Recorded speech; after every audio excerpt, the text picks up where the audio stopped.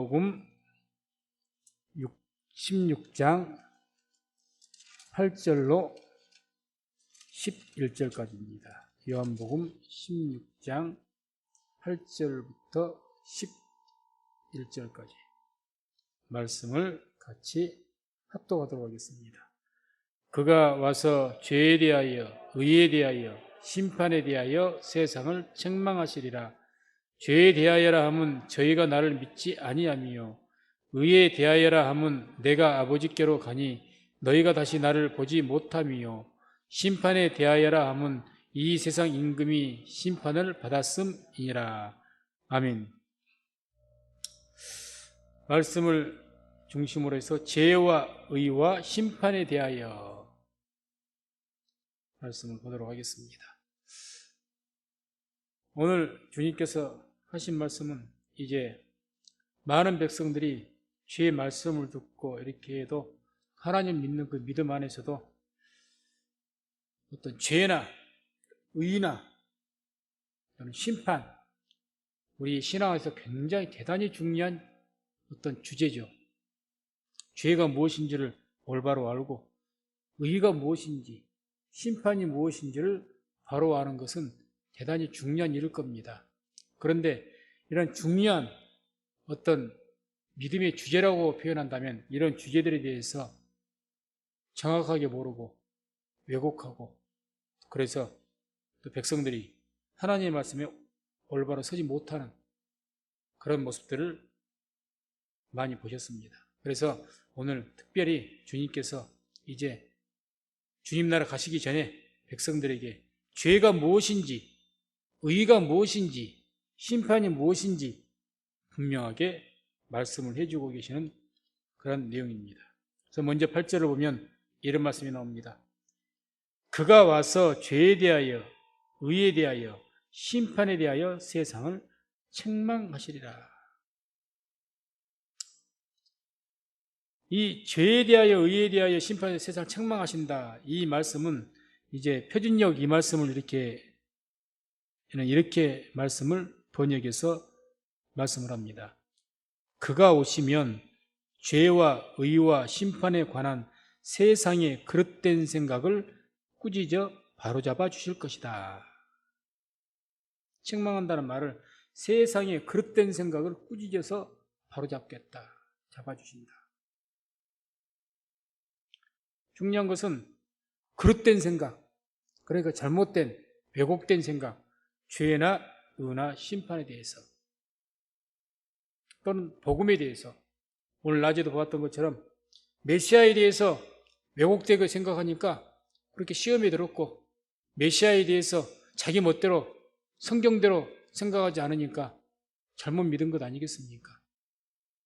그런 것처럼 이렇게 성경에 대해 우리에게 가르친 말씀 중에서 죄가 무엇인지, 하나님의 의가 무엇인지, 또 심판 무엇인지, 이걸 올바로 알지 못하기 때문에 그렇던 잘못된, 왜곡된 그런 생각들을 꾸짖어서 바로 잡아주겠다, 이런 말씀한 겁니다. 그래서 우리들도 신앙생활 그렇게 많이 하죠. 하나님 말씀 들으면서 내 식대로 한국 어떤 풍습과 그런 것에 의해서 그대로 우리가 말씀을 이해해버릴 때가 참 많습니다. 그래서 그런 많은 어떤 내용들이 있죠.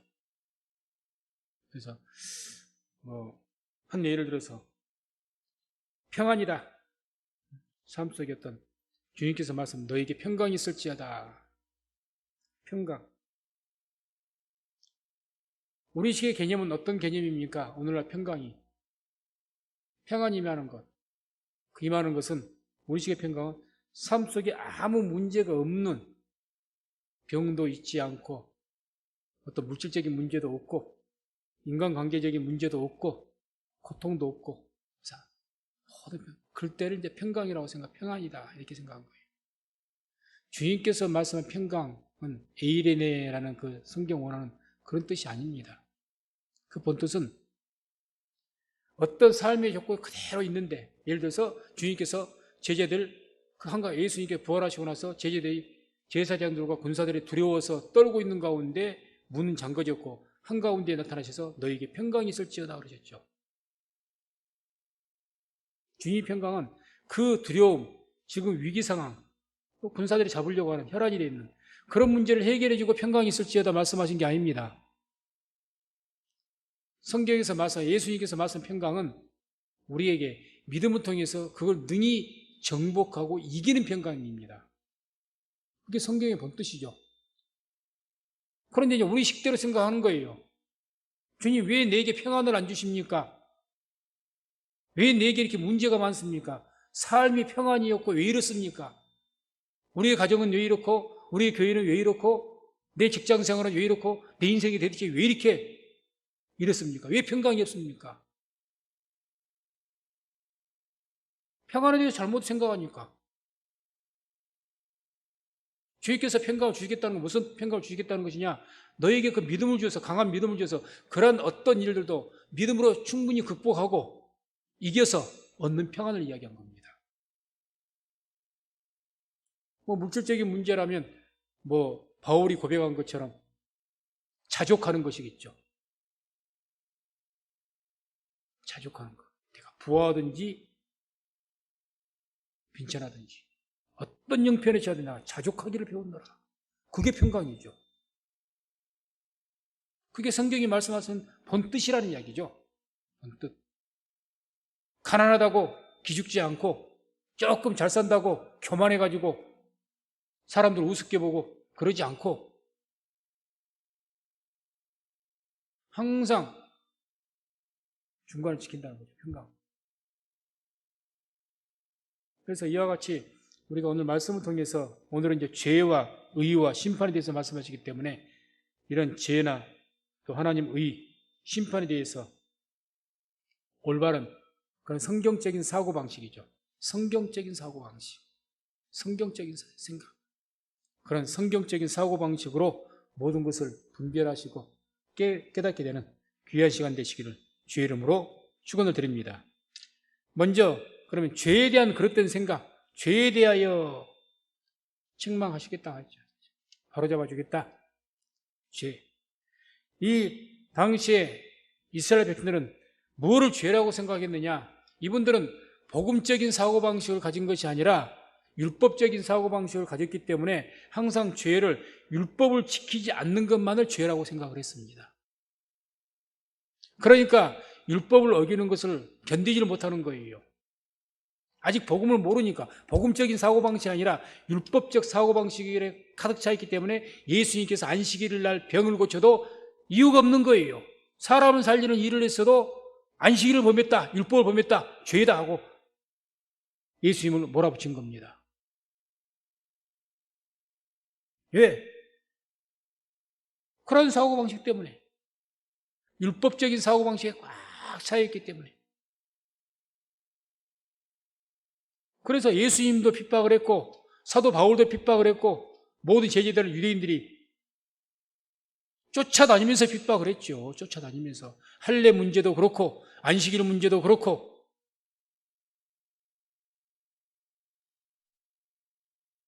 그런데 오늘 말씀에 뭐라고 하십니까? 9절에 뭐라고 하시죠? 9절. 죄에 대하여라 함은 저희가 나를 믿지 아니하며. 말씀만을 통해 본다면 죄가 뭐가 죄라고 말씀합니까? 예수를 믿지 않는 것이 죄라고 이야기하는 거죠. 율법을 범하는 것이 죄가 아니라 주님께서는 나를 믿지 않는 것이 죄다 그러지 않습니까? 자, 그럼 봅시다. 죄라는 그 말씀이 헬라어에서 신약에서는 하마르티아라고 해서 많이 들었을 겁니다. 빗나가다. 빗나가다.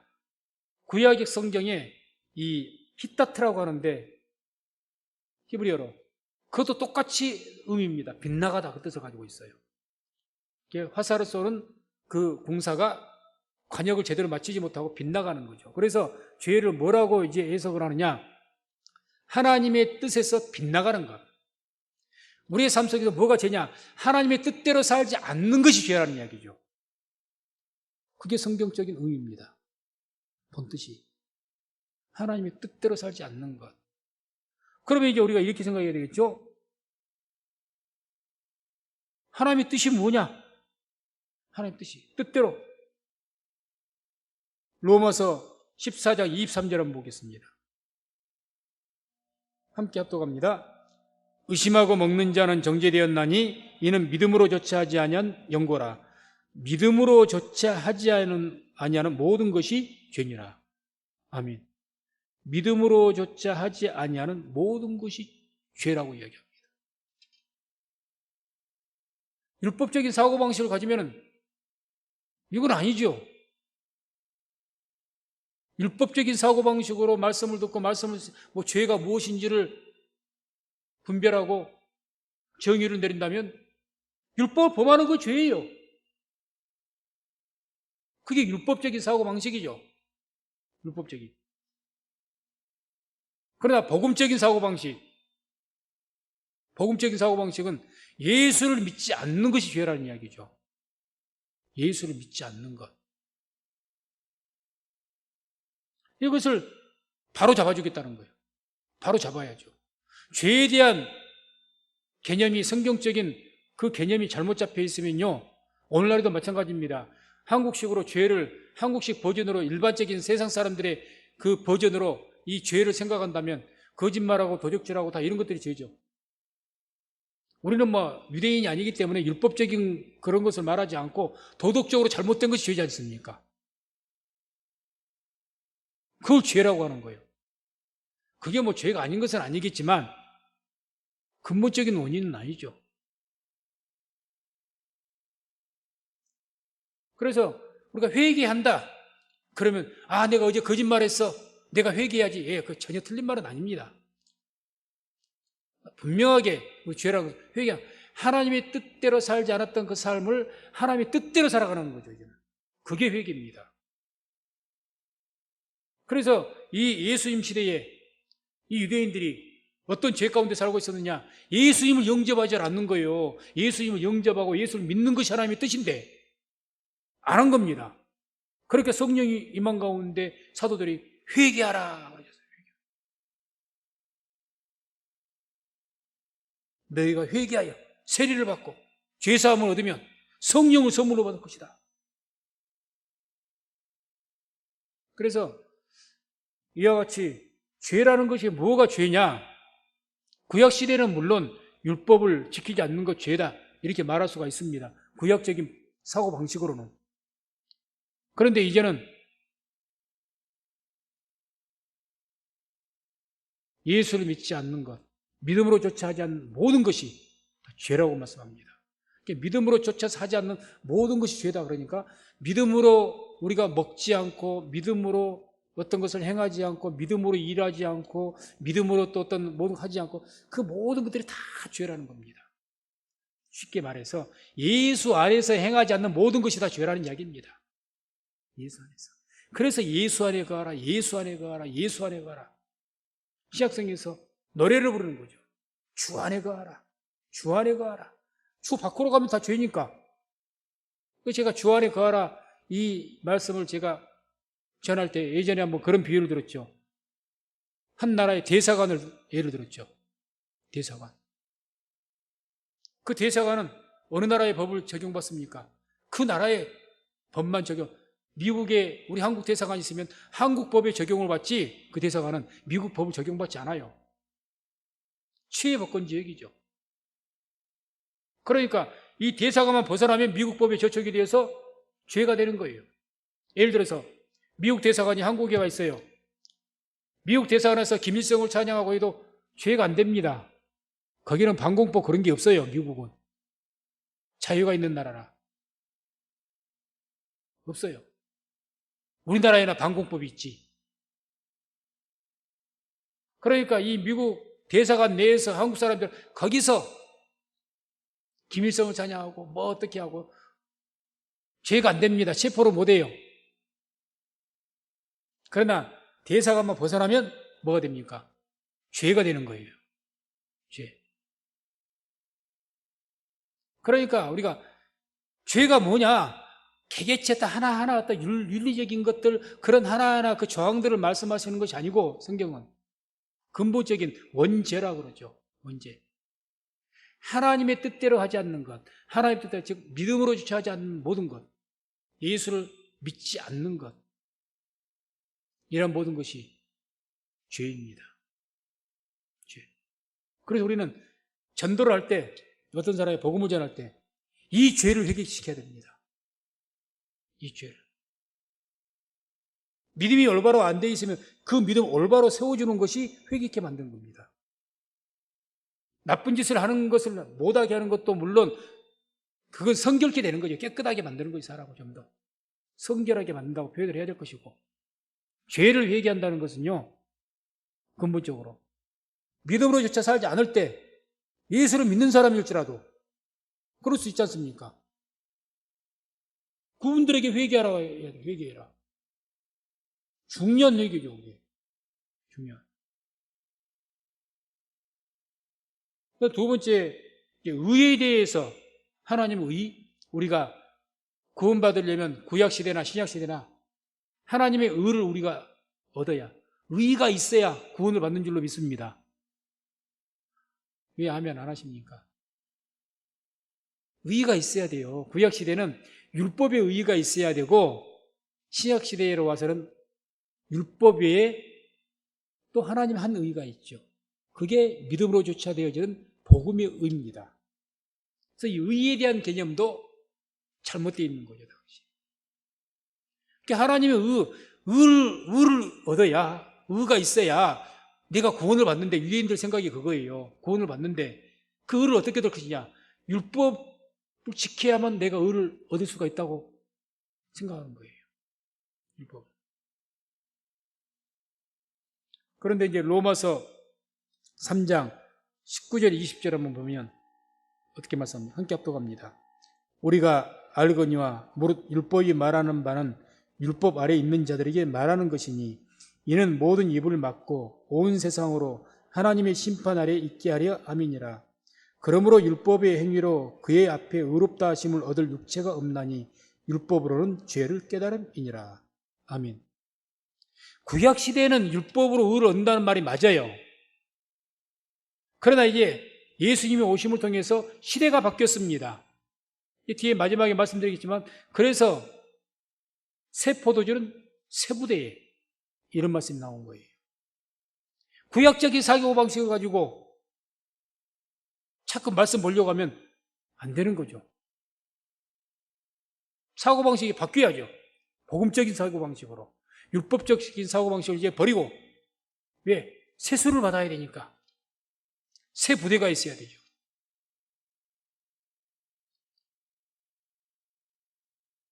율법의 행위로 그의 앞에 의롭다 하심을 얻을 육체가 없나니 율법은 죄를 깨닫게 될 뿐이다. 그래서 오늘 그 본문의 10절에 이렇게 말씀하죠. 의에 대하여라 하면 내가 아버지께로 가니 너희가 다시 나를 보지 못함이요. 이렇게 뭘 책망하시는 것이냐? 이제 하나님의 의가 율법이 아니라 예수님이라는 거예요. 예수님, 복음의 의. 그런데 이제 내가 곧 하나님의 나라 간다는 거예요. 이게 무슨 말씀입니까? 그러니 은혜의 때에 빨리 주님을 영접하라는 이야기죠. 주님, 나라 가자. 빨리. 유대인들에게. 은혜의 때. 주님이 하나님의 의다노. 주님이. 복음이. 그러니까 빨리 주를 영접하라. 뭐 이런 의미로 하신 말씀입니다. 로마서 1장 17절 한번 보게 됩니다. 함께 로마서 1장 17절 함께 합독합니다.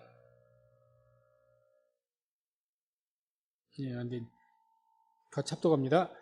복음에는 하나님의 의가 나타나서 믿음으로 믿음에 이르게 하나니 기록된 바 오직 의인은 믿음으로 말미암아 살리라 함과 같으니라. 아멘. 복음에는 하나님의 의가 나타났다. 예수 그리스도, 복음 예수 그리스도. 예수 그리스도는 하나님 의가 있다. 의. 왜? 예수님께서 말씀을, 율법을 이루었지 않습니까? 우리가 율법을 범한 죄인인데 주님께서 그 죄의 대가를 치르셨지 않습니까? 율법을 폐하신 것이 아니에요. 아, 내가 하나님의 아들이니까 율법이고 뭐고 필요 없어. 이게 아니시고, 예수님은 율법을 폐하러 오신 것이 아니라 율법을 완전케 하기 위해서 오신 줄로 믿습니다. 완성시킨 거죠. 그러니 그 예수님 안에 하나님 의가 있는 거예요. 율법을 완성시켰으니까. 율법을 쉽게 말해 지키셨으니까. 우리의 둘째 아담이신 인류의 대표이신 예수님께서. 그러니까 이게 복음 안에 하나님 의가 있는 거죠. 로마서 3장 21절 22절 한번 봅니다. 함께 합독합니다. 이제는 율법 외에 하나님의 한 의가 나타났으니 율법과 선지자들에게 증거를 받은 것이라. 곧 예수 그리스도를 믿음으로 말미암아 모든 믿는 자에게 미치는 하나님의 의인이 차별이 없느니라. 아멘. 이제 복음 시대에 이 복음적인 사고방식으로 생각할 때 하나님의 의가 뭡니까? 예수를 믿는 믿음이 하나님의 의입니다. 구약 시대의 율법적인 사고방식은 율법을 지키는 것이 하나님의 의입니다. 복음적 사고방식은 예수를 믿는 믿음이 하나님의 의라는 거죠. 이게 완전히 잘못되어 있으니까 지금 그 책망하시겠다는 거예요. 바로잡겠다는 거죠.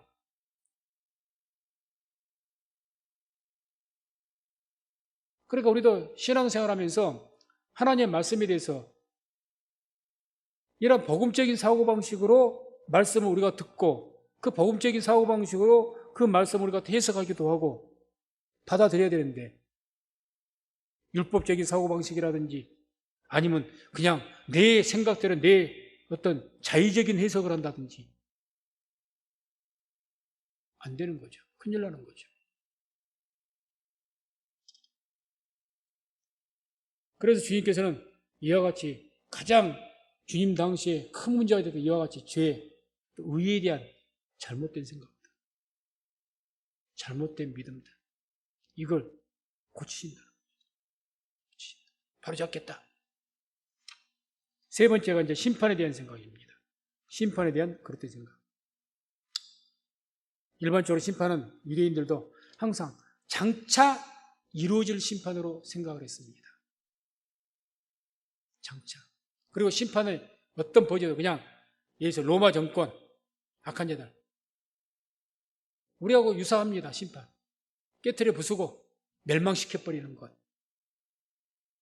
이런 개념으로 어떻게 보면 구약적인 그게 어떤 심판일 수도 있습니다. 구약의 심판이 죄를 지면 돌로 쳐서 죽였고 그러지 않습니까?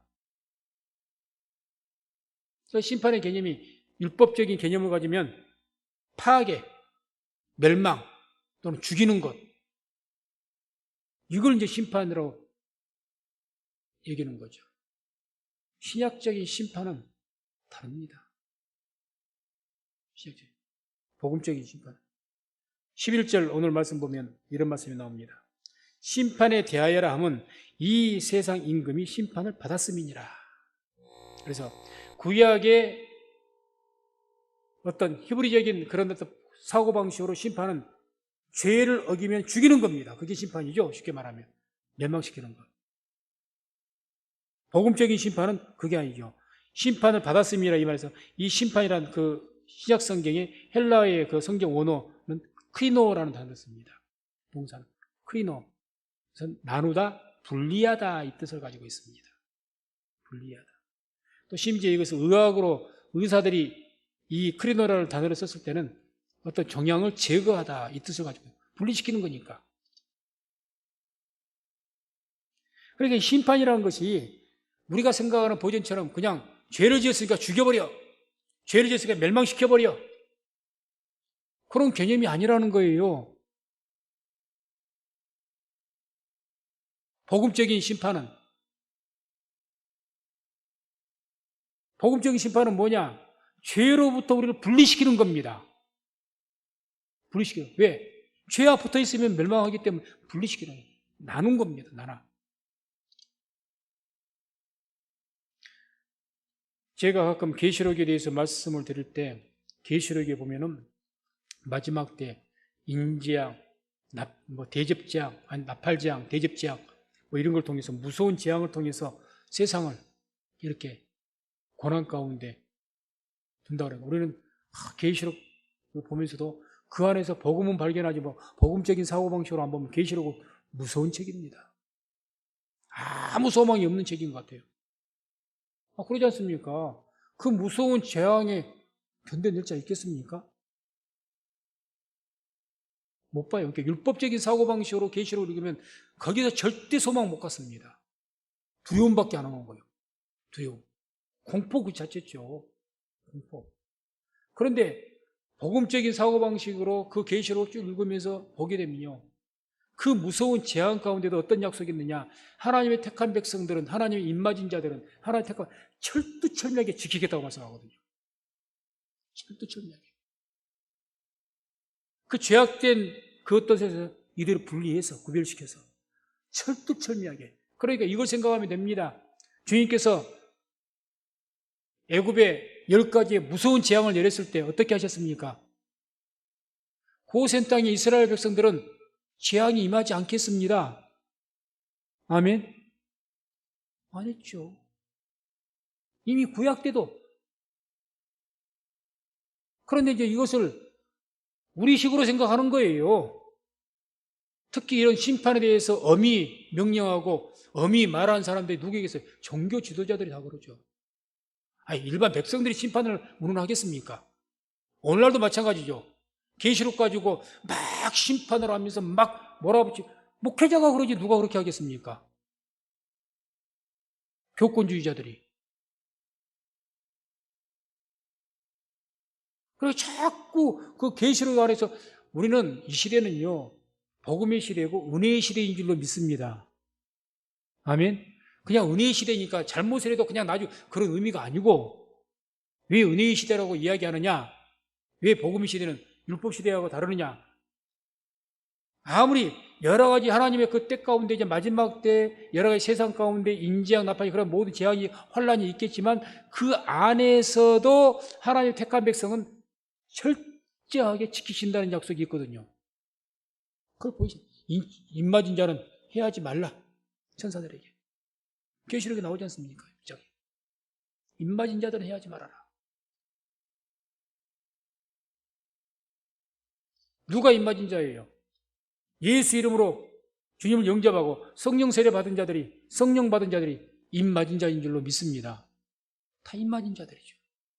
특별한 인이랍니다. 인이란 게 무슨 말입니까? 도장이거든요. 너는 내 것이라 그 말이에요. 이미 이사야 42장에 나오지 않습니까? 너는 내 것이라 그러잖아요. 이스라엘 백성들은. 너는 내 것이다. 그 이야기거든요. 인을 쳤다는 것은. 너는 내 거야. 내가 책임지겠어. 하나님께서 우리에게, 예수를 믿는 주의 백성들에게 너는 내 것이야. 어떤 환난 가운데 내가 너를 책임지겠어. 그게 주님의 약속 아닙니까? 우리 그 말씀을 믿는 것이고. 그러니까 이미 이 심판, 성경적인 복음적인 심판이라는 것은 막 죄가 있으니까 다 때려 엎어버리겠다. 그게 아니란 이야기죠. 그런 심판의 개념이 노아 홍수 때밖에 없었습니다. 노아 홍수 때. 다 엎어버리셨죠, 그때는. 근데 무지개 언약을 통해서 그런 심판 안 하시겠다 했거든요. 약속하셨잖아요. 노아 심판도 진짜 그게 심판이죠. 노아 홍수 심판이. 무슨 세상을 다 엎어버렸으니까, 쓸어버렸으니까. 그게 진짜 심판이죠. 우리 개념의 율법적인 심판.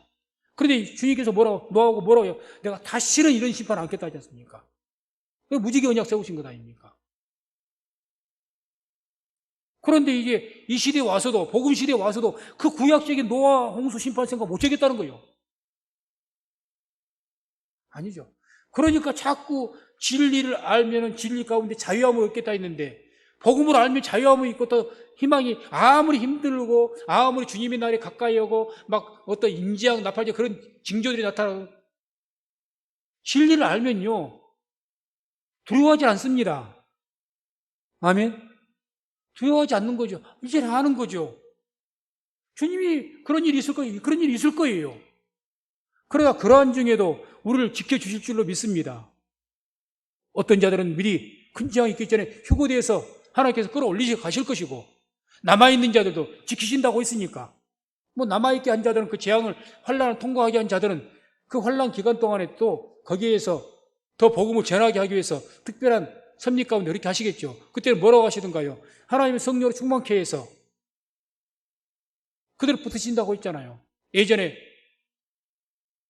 그 초대교회 그 이후의 시대에 막 로마 그 제국의 그 우상 숭배 가운데 하나님의 성령 충만해서 강한 믿음을 주어서 폴리갑과 같은 그런 분들은 그냥 화형을 당하시면서도 찬양하면서 화형을 당했다 했지 않습니까?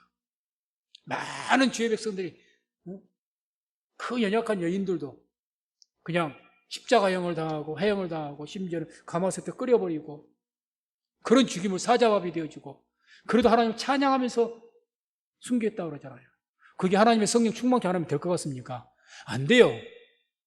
베드로를 우리가 역사를 보게 되면 그 로마에서 십자가에서 거꾸로 매달려서 순교하셨다고 합니다. 근데 베드로가 그렇게 용감한 분이었습니까? 성령 받기 전에 웬걸요? 여자 앞에서 그냥 벌벌 떨어가지고 너 예수 믿지 했더니 아이 나는 모른다고 3번 부인했던 사람이 누구였습니까? 베드로였어요. 성령 받고 성령 충만하니까 순교하더란 말입니다. 우리가 지금은 막 칼도 무섭고 총도 무섭고 어떤 핍박도 무섭고 다 무서운 것 같지만 성령 충만하면 그게 문제가 안 되는 거예요. 아멘. 성령 충만하면요. 그래서 거기 평강이 임한 거예요. 사자 후레를 들어도 평강이 있는 거예요. 왜? 하나님께 성령 충만하고 붙들어 주시니까. 다니엘이 사람인데 어찌 사자굴에 들어갔는데 안 떨겠습니까? 그런 사람이 아니지. 근데 다니엘의 믿음을 보시고 사자굴에 들어갔다 하나님께서 영으로 붙드시니까 사자굴에 들어가는 것도 두려워하지 않고 담대하게 믿음을 지킨 줄로 믿습니다. 그래서 우리는 이와 같이 성경에서 말씀하시는 그 말씀들을 복음적인 그런 사고방식을 가지고 그 말씀을 들어야 될 것이고 보아야 될 것이고 그 말씀을 믿을 때 비로소 그 복음을 통해서 그 진리를 통해서 우리가 자유함을 얻는 겁니다. 자유함.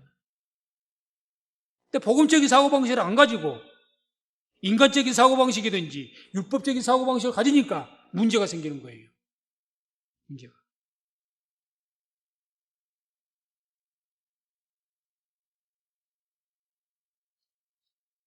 성경에서 말하는 그 복음적인 그 심판은 또한 현재 지금 우리에게 죄가 있으면 당장에 이 죄를 이후에 또는 그 쌓아뒀다가 마지막 때 그 죄를 통해서 멸망시키고 그런 심판이 아니라 그 성경이 이미 분리하다 그 뜻을 가지고 있다. 크리노라는 뜻이 나누다. 그렇기 때문에 그 심판은 이미 이루어졌다고 성경은 말씀합니다. 심판 이미 되어졌다. 그래서 그 말씀이 11절에 뭐라고 말씀합니까? 심판에 대하여 하면 이 세상 임금이 심판을 받았음이니라. 이 세상 임금이 누구입니까? 사단 마귀를 지칭하는 거예요. 마귀가 뭐라고 말씀합니까? 이미 심판을 받았다. 또는 다음에 심판받을 자들 다 이미 그 사람들은 다 심판 이미 받았다. 이게 뭔 말씀인가? 다 이미 분리되었다. 하나님 앞에서는 그래서 하루가 천년 같고 천년이 하루 같은 줄로 믿습니다. 우리 시각은 아직 안 이루어졌는데요. 하나님의 나라에서는 이미 다 이루어졌습니다. 이미 정했기 때문에 심판할 자와 심판하지 않을 자가 정해졌지 않습니까? 구원받을 자와 구원받지 않을 자가 정해졌지 않습니까? 그러니까 이미 심판을 받았다고 그러신 거예요. 이미 결정됐다 그 이야기죠. 결정됐다. 저 사람은 이미 구원받지 못한 곳으로 지옥으로 가는 곳으로 결정됐다. 저 사람은 하나님의 나라 들어갈 자로 결정됐다. 그 이야기시거든요.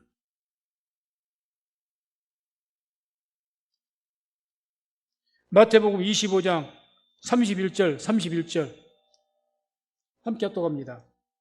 인자가 자기 영광으로 모든 천사와 함께 올 때에 자기 영광의 보좌에 앉으리니 모든 민족을 그 앞에 모으고 각각 분별하기를 목자가 양과 염소를 분별하는 것 같이 하여 양은 그 오른편에 염소는 왼편에 두리라.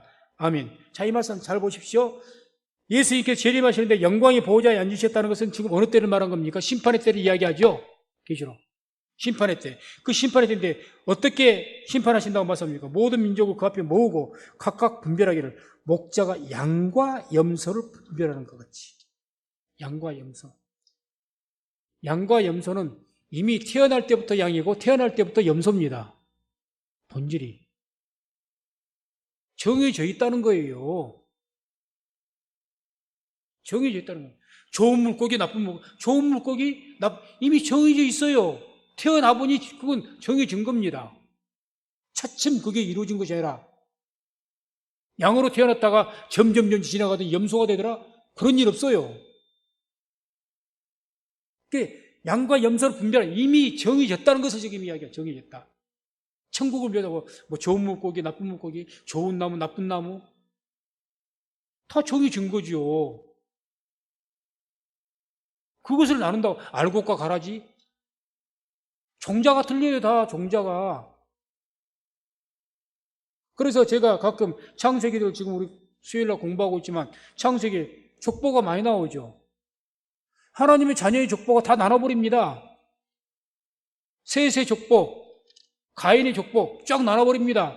성경은. 족보가 왜 성경에 기록되겠어요? 족보가. 그리고 이런 개념에서 우리가 심판을 이해해야 되는데 그냥 단순하게 죄의 짐은 두들겨 패는 것, 내가 맞는 것, 뭐 죽임당하는 것, 멸망당하는 것 이것에만 생각을 하니까 그렇게만 생각, 그걸 가지고 또 종교 지도자는 그걸 가지고 백성들을 위협하고 협박을 하고 그게 사실이었거든요. 악한 목자들은 그렇게 많이 합니다. 많이 해요. 왜? 또 사실은 그런 협박을 하면 교회도 열심히 섬겨요. 무서워서라도. 아니, 그렇게 안 섬기면은 너 하나님 심판받는다고 협박을 했었는데 무당이 왜 돈 번 줄 아십니까? 협박하거든요. 아, 당신 이런 일이 있는데 이 부적 안 쓰면은 항상 무서운 일을 그것을 예고를 해놓고 부적을 쓰라 하든지 구슬을 하라 그러죠. 그래야 뭐라 그럽니까? 주는 돈은 많이 주거든. 그냥 벌벌 떨고 꽉 잡혀가지고 벌벌 떨어요. 하나님의 영은 우리를 두려워하게 하시는 영이 아닙니다.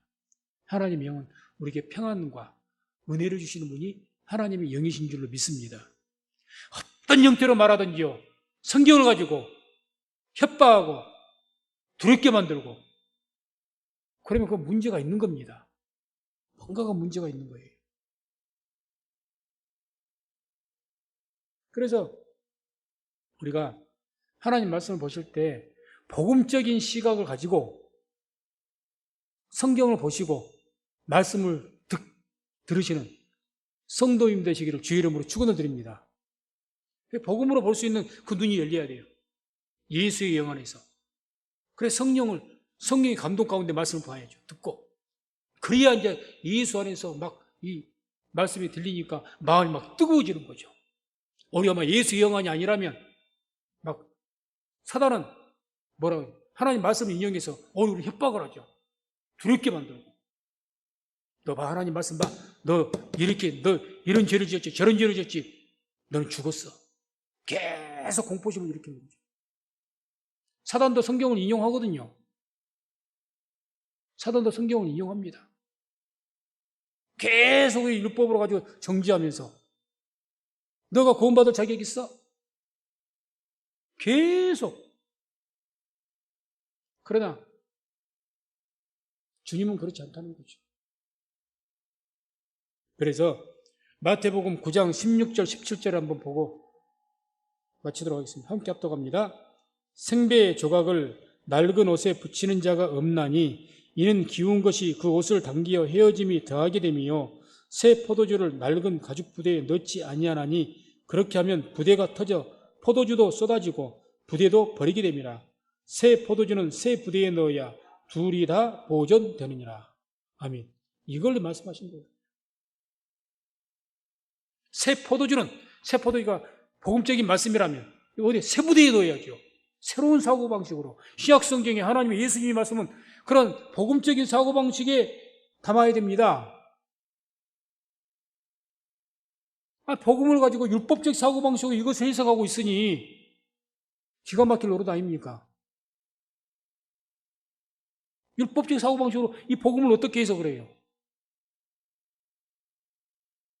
그러니까 예수 믿어도 할례는 받아야 된다. 예수 믿어도 안식일은 지켜야 된다. 할례주의자들이 끝까지 바울을 따라다니면서 바울을 괴롭힌 거죠. 왜?